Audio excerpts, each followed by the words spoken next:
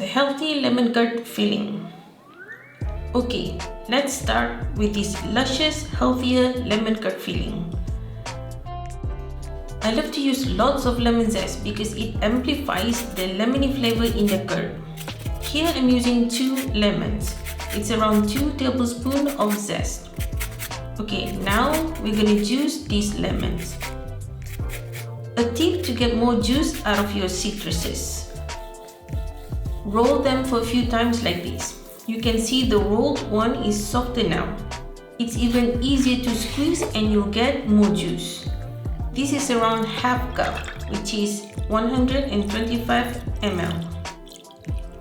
The main ingredient that I switch for this healthy lemon curd is the sweetener. The classic lemon curd uses the typical refined white sugar. Instead of using that, I'm going to use raw organic honey. Just look at the texture. Honey gives this delicious mild sweetness to our lemon curd. I'm using 1/3 cup, 80 grams.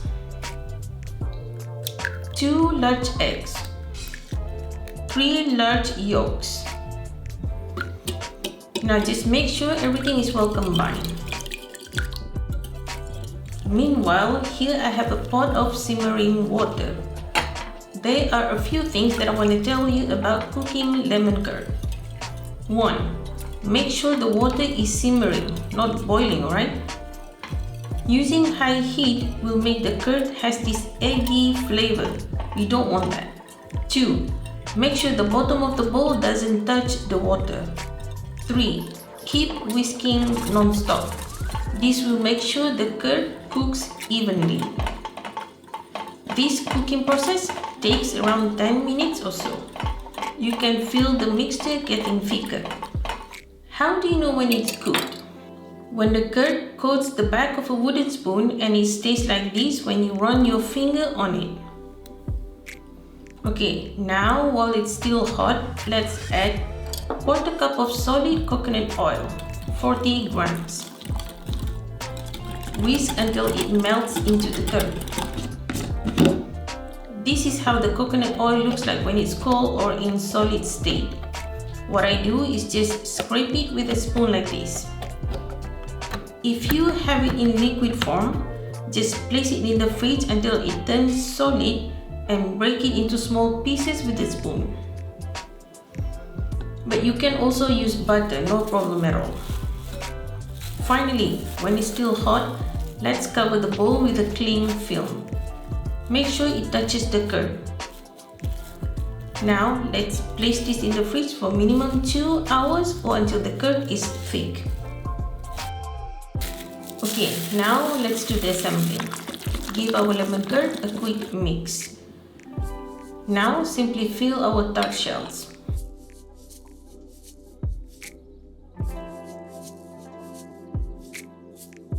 I like to put a dollop of yogurt on top. A slice of lemon makes the top beautiful, isn't it? So let's make our raspberry jam. 2 cups of raspberries. If you want, you can use frozen ones also.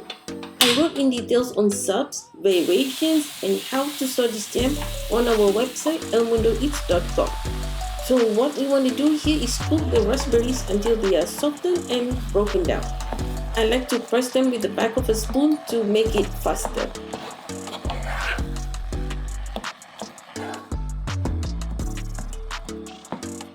And once they look like this, simply turn off the heat and remove the pot from the stove. Now, add 2 tablespoons of honey, 1 teaspoon of lemon juice, 1 teaspoon of vanilla extract, 2 tablespoons of chia seeds. This is what's gonna thicken our jam without having to add cornstarch or something. 1/4 teaspoon of cinnamon powder. Trust me on this, right? It's gonna bring all the flavors to another level. Okay, you might be thinking, but Bea, the jam is so loose. Don't worry, it's gonna thicken as it cools, alright? Once it's totally cold, keep it in the fridge. See how the jam has thickened beautifully? Spoon some into our tart shells. You're gonna have some balance of the jam. You can use it on toast or in yogurt. There's no waste. Bake at 350 Fahrenheit for 25 minutes or until the shells are golden. Once baked, leave them for 10 minutes. To remove the tart, simply flip the mold and give it a few hard taps. It should come out easily like this. Leave the tarts to cool completely, or even better, chill them in the fridge before serving.